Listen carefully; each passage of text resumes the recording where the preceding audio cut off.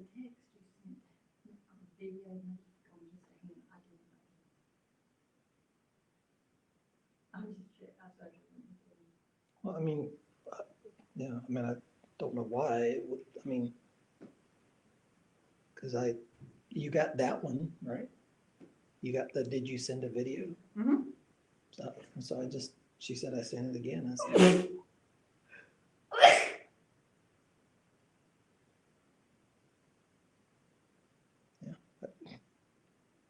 Yeah, they did it. I don't know.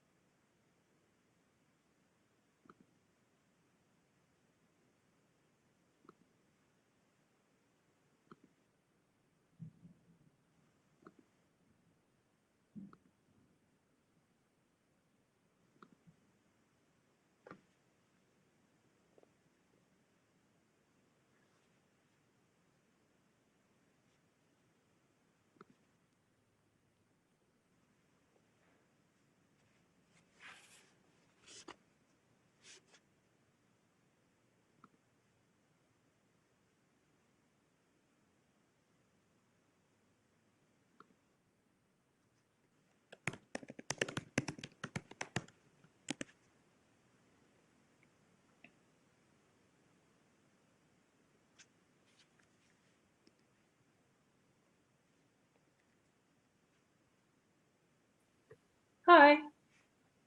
Hello? Are you figuring out how to share your screen and everything?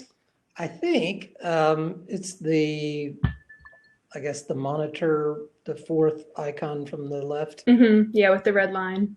Okay. So once I'm ready to start, I'll just hit that and pull my slides up. Mm-hmm. Okay. So how's it going so far? It's been going well. Yeah, I sat in on the MDPP session just a little while ago. Mm-hmm. That went well. Mm-hmm. The biggest challenge I've had is trying to find, like if I go into sessions, I have trouble kind of finding out what's going on when. Yeah, definitely. It's hard because you have to know the name of the presentation instead of like the time or the name of the presenter.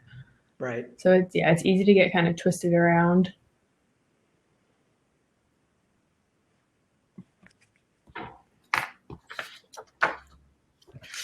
This is where we are now. Mm-hmm.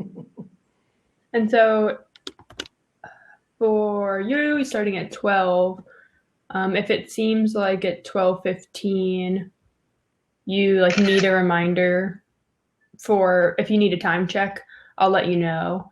But if it seems like you're doing fine on time and you're about to wrap up anyway, I'll just let you finish so I don't interrupt your conclusion. Okay. Yeah, it should finish up around that time. Yeah. It seems like, so, yeah, most people are really nailing the time well. Yeah. So you're at UNC? I am, yeah. I'm doing the Masters of Public Health and Health Equity. Okay. And our second year, first year? Second year, yeah. Second year, okay. So I'll finish in May. Right now it's all virtual, and it will probably be virtual in the spring too, but I'm still in Carrboro.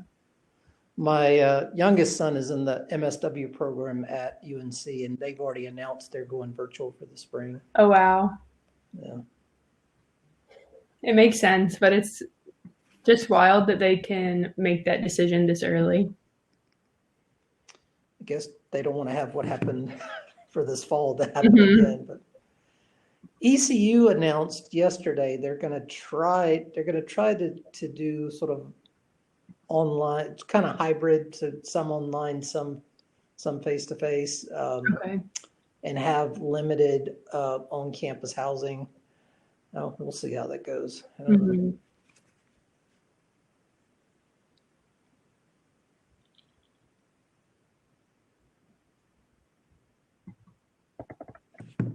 And then, so Ann Rafferty is right after me, right? I believe she starts at 12:40, but she is the next presentation after you, yeah. Okay. She's on our faculty, so. Oh, okay. So what are you taking this semester? I'm in like a social justice in health policy class. The public health impacts of the criminalization of the marginalized. And then we all have capstones for the course of our second year. So both semesters. So I'm working with the Orange County Health Department. There's a team of 4 of us. We're creating like a racial equity curriculum and plan for them. It's amazing they have time to do something non-COVID related. I know, yeah. We've actually got in one meeting with the health director, and I can't believe she has the time to think about anything else. Yeah. Because I'm the field placement coordinator for our program, and it's just, it's hard to get people to commit the time to precept a student. Yeah. I think for UNC, as far as I understand it, only 2 concentrations do the capstones instead of all of them, and then the rest do thesis or other type of research projects, I think. Okay. But still, I think there are probably at least 10 capstone teams. So there are a lot of people who are willing to give the time to UNC. Mm-hmm. Did you do undergrad at UNC too? No, I went to UVA. I'm from Virginia, so just in-state tuition-wise, it made more sense. Right.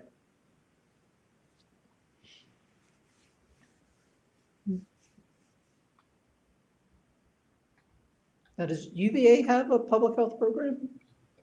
They do. I don't know how old it is. And I don't know anyone who went there for the full 2-year degree. I know a couple people who did like a +1. So they started the master's in their 4th year of undergrad and then stayed for just 1 extra year. And I think they liked it, but I think it was definitely more of a convenience, kind of getting into the job force a little earlier than doing 2 full years after graduation. Right. So I think it's an okay school.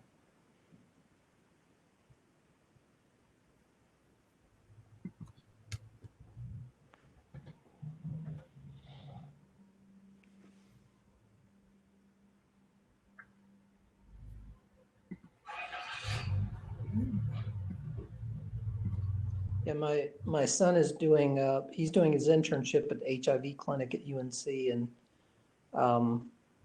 so they're having to be very, very careful about patient contacts. So I think he has to wear a mask and face shield while he's in the clinic. Yeah.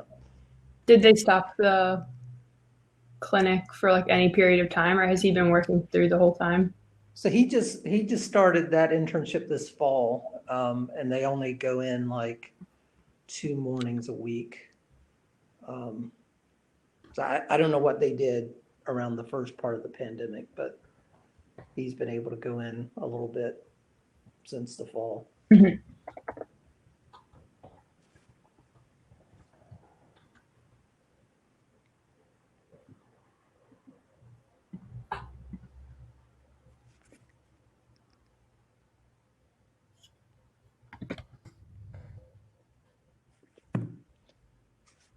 I'm gonna test just to make sure I can do the share screen. Okay, yeah, That's do what I whatever you all the need. time.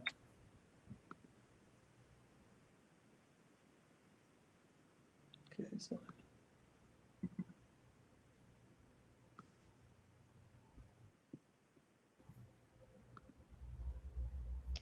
I need to take off the animation, make sure it's off.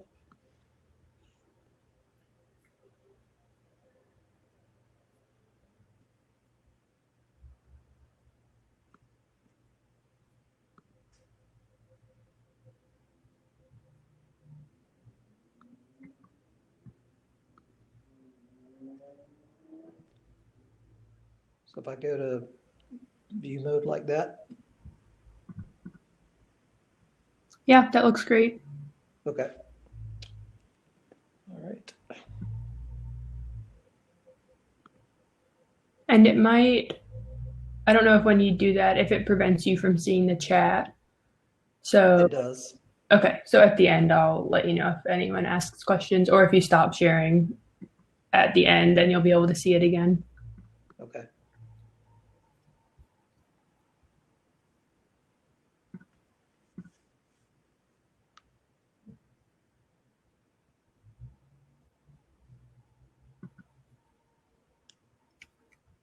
How do we, so do we tell how many people are in the room by the little eyeball thing or? Yeah, I don't know what, do you see the 3 out of 5 as well? Yeah, yep. I don't know what that one is. I think it's maybe they cap the number of people who can share audio and video, something like that. Okay. But yeah, the number of people who can see and hear is like the little eyeball. Okay. So did you turn off your camera? I did, yeah. I wasn't sure Okay. if it would be easier for sharing when you were sharing your screen, if it would help if I wasn't on to figure out Okay. like sizing and stuff. All right. It's like you're frozen maybe. Oh yeah, I can see on your screen that I'm frozen.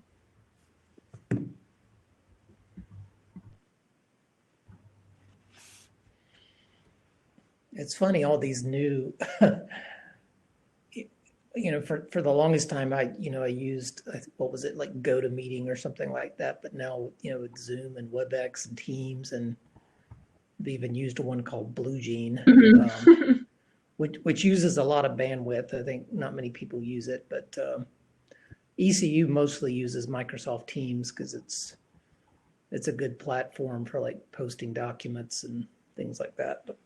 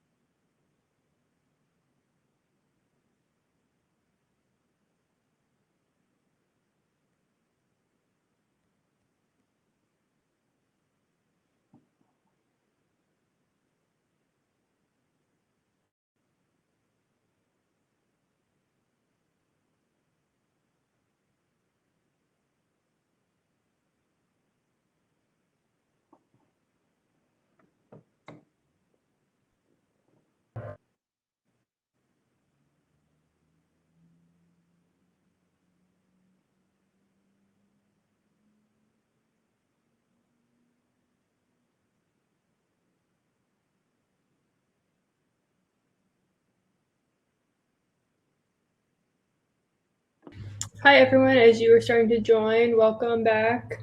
Hope you got a brief lunch and coffee break. We think that the chat will open up at noon, but we're not sure.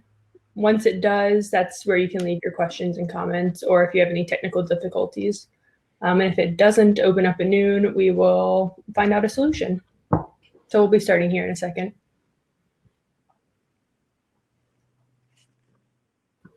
Great, okay, it's open.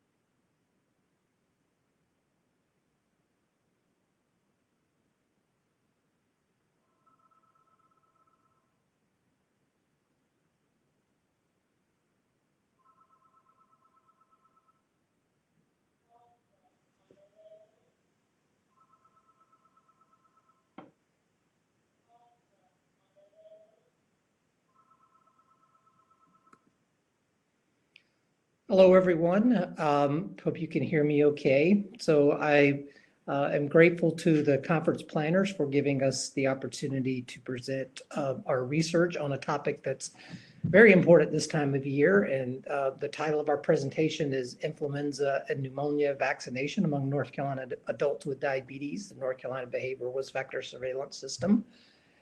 And I'd like to acknowledge my co-authors, Dr. Satomi Amai, Dr. Ann Rafferty, Dr. Ruth Little, Dr. Nancy Winterbauer and Dr. Wabin Lowe. We are all in the Department of Public Health at the Brody School of Medicine at East Carolina University. And we affirm that we have no relevant conflicts of interest related to the content of this presentation. So as you probably are all aware, diabetes is a major issue nationally, and particularly here in North Carolina. It's a leading cause of morbidity and mortality. It's the 7th leading cause of death, and contributes to one out of every 7 healthcare dollars in our country.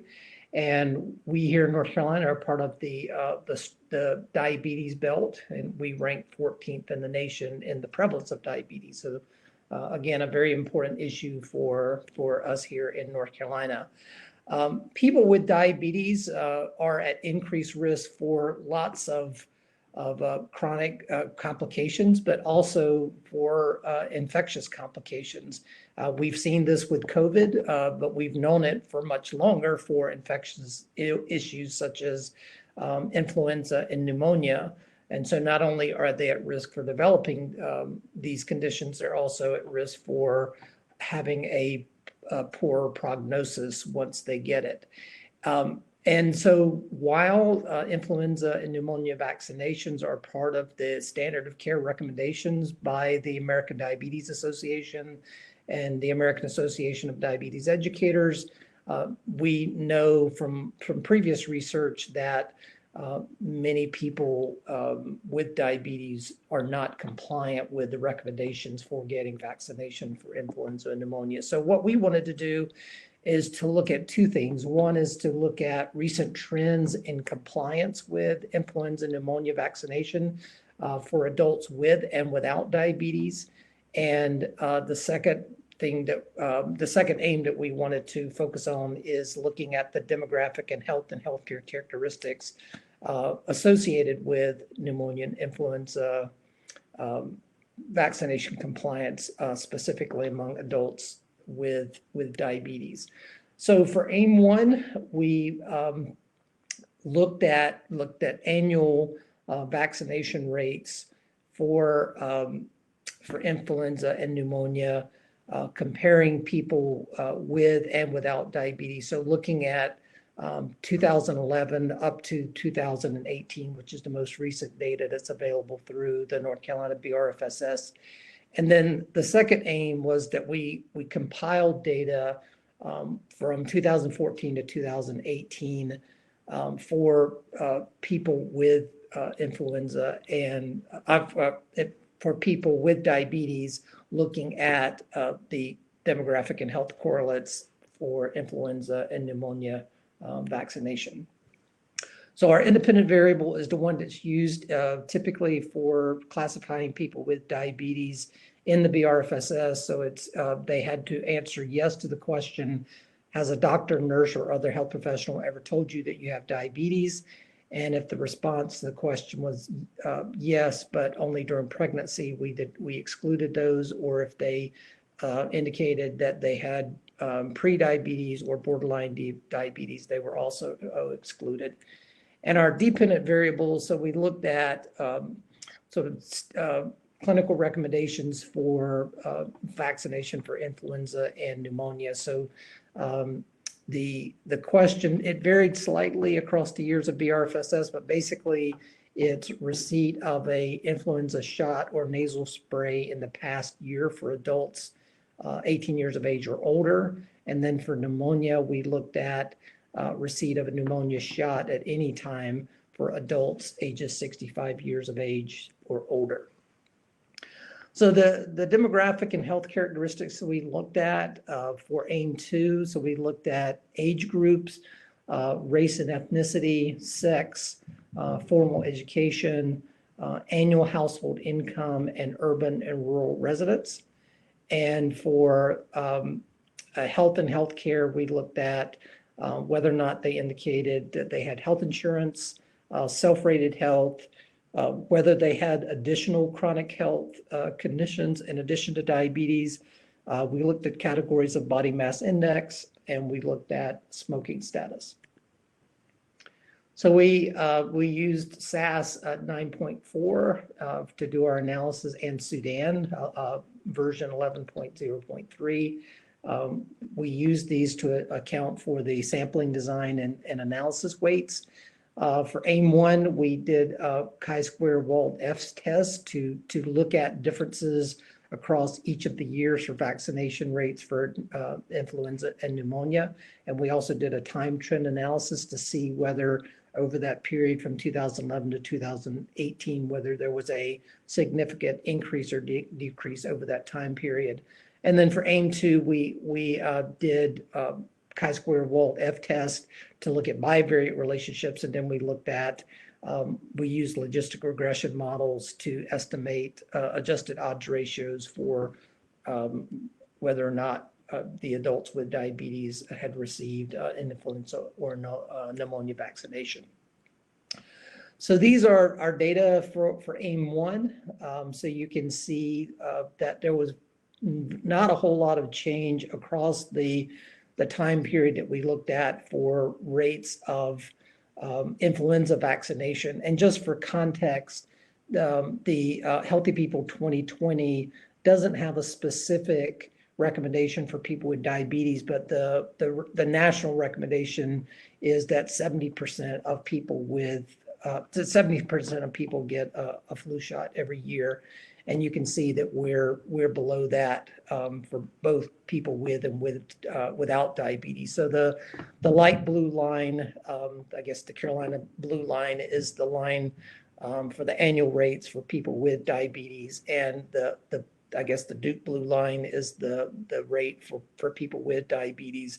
So a couple of things to take from this. One is that, again, so there's not a difference. There's not a significant increasing or decreasing trend for either group.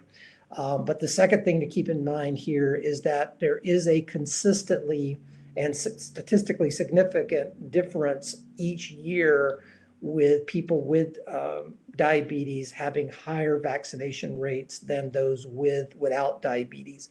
And the greatest difference, again, even though all of these are statistically different from each other, the numerically largest difference was in 2016, where the difference was about around 23% higher for people with diabetes versus people without diabetes. And then this is the data for AIM-1 looking at pneumonia vaccination rates. Again, no significant trend upward or downward for people with or without diabetes, but statistically significant differences at all points for higher rates of vaccination for people with versus people without diabetes. And you can see the greatest difference there was in 2017, where the difference was about 18 percentage points greater for people with versus without diabetes. And these rates are higher than they are for the influenza rates. But again, keeping in mind that this is for people who anytime in their life have had a pneumonia vaccination shot, and this was restricted to people 65 years of age and older. For AIM-2, so we looked at, again, people with diabetes and from 2014 to 2018 combined, and looked at the demographic and health correlates of having a influenza vaccination and a pneumonia vaccination. And we found for influenza, we found 3 statistically significant associations. So for age, our reference group was 65 and older, and we found that the younger age groups, the 18 to 34 and 35 to 64 year age groups, were less likely, about 50% less likely to have an influenza shot compared to the 65 plus group. The 35 to 64 was the only statistically significant, which is why that one is circled. And then people with health insurance were also about 50% less likely to get an influenza vaccination compared to those with health insurance. And then interestingly, people who were smokers were about 40% less likely to influenza vaccination compared to those who were never smokers. And then for pneumonia, we found two statistically significant differences. One is that African Americans were about 50% less likely to have a pneumonia vaccination or to report having one compared to non-Hispanic whites. Hispanics were less likely, but it was not statistically significant, as you can see. And then for pneumonia, we also found that people with at least one other chronic health condition were more likely to have an influenza vaccination compared to those with no other chronic health conditions other than diabetes. So if you had one chronic health condition, you were 2.3 times more likely. And if you had two or more chronic health conditions, you were 3.72 times more likely to report having a pneumonia vaccination shot. So the results from our analysis indicate that for AIM-1, that adults with diabetes are more likely to get an influenza and pneumonia vaccination, which is good news. But the not so good news is that these rates have remained pretty steady over the last 7 to 8 years, and that those rates remain below the recommended levels of 70%. And so keep in mind here that when we say, a certain percentage did this, then it means those people that didn't, so about 40 to 45% of people with diabetes are still not getting influenza vaccination, and about 15 to 20% are not getting pneumonia vaccinations. For AIM-2, we found that certain populations are at risk for not getting appropriate vaccinations. So African Americans for pneumonia, younger adults for influenza, those without health insurance, and cigarette users also for influenza are more likely to be non-compliant. And so there definitely needs to be increased efforts to ensure that that vaccinations are being administered appropriately, and particularly for those with diabetes, to avoid the unnecessary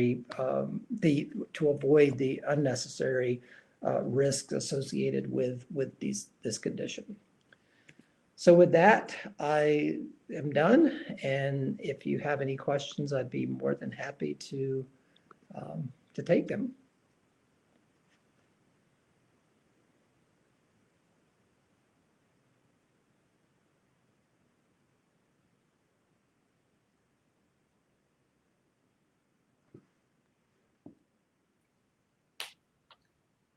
Thank you. That was great. Thank you.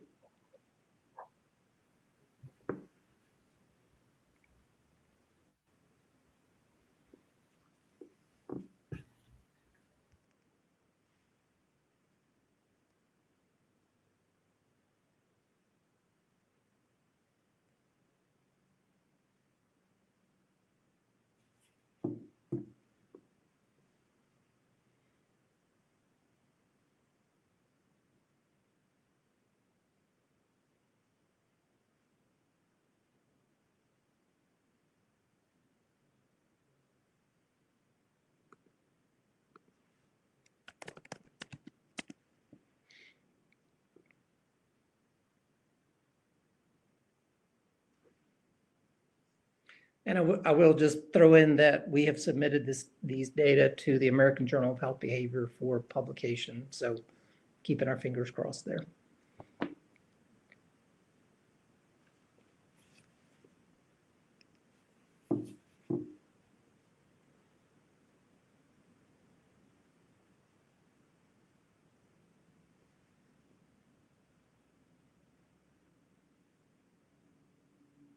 And to go off of the comment that Cheryl just made in the chat, I believe that talk is not tagged as an APBR talk. I didn't see it on my initial first glance. So if you're having trouble finding it, I will type the name in to the chat, and you can search that in the search bar under sessions.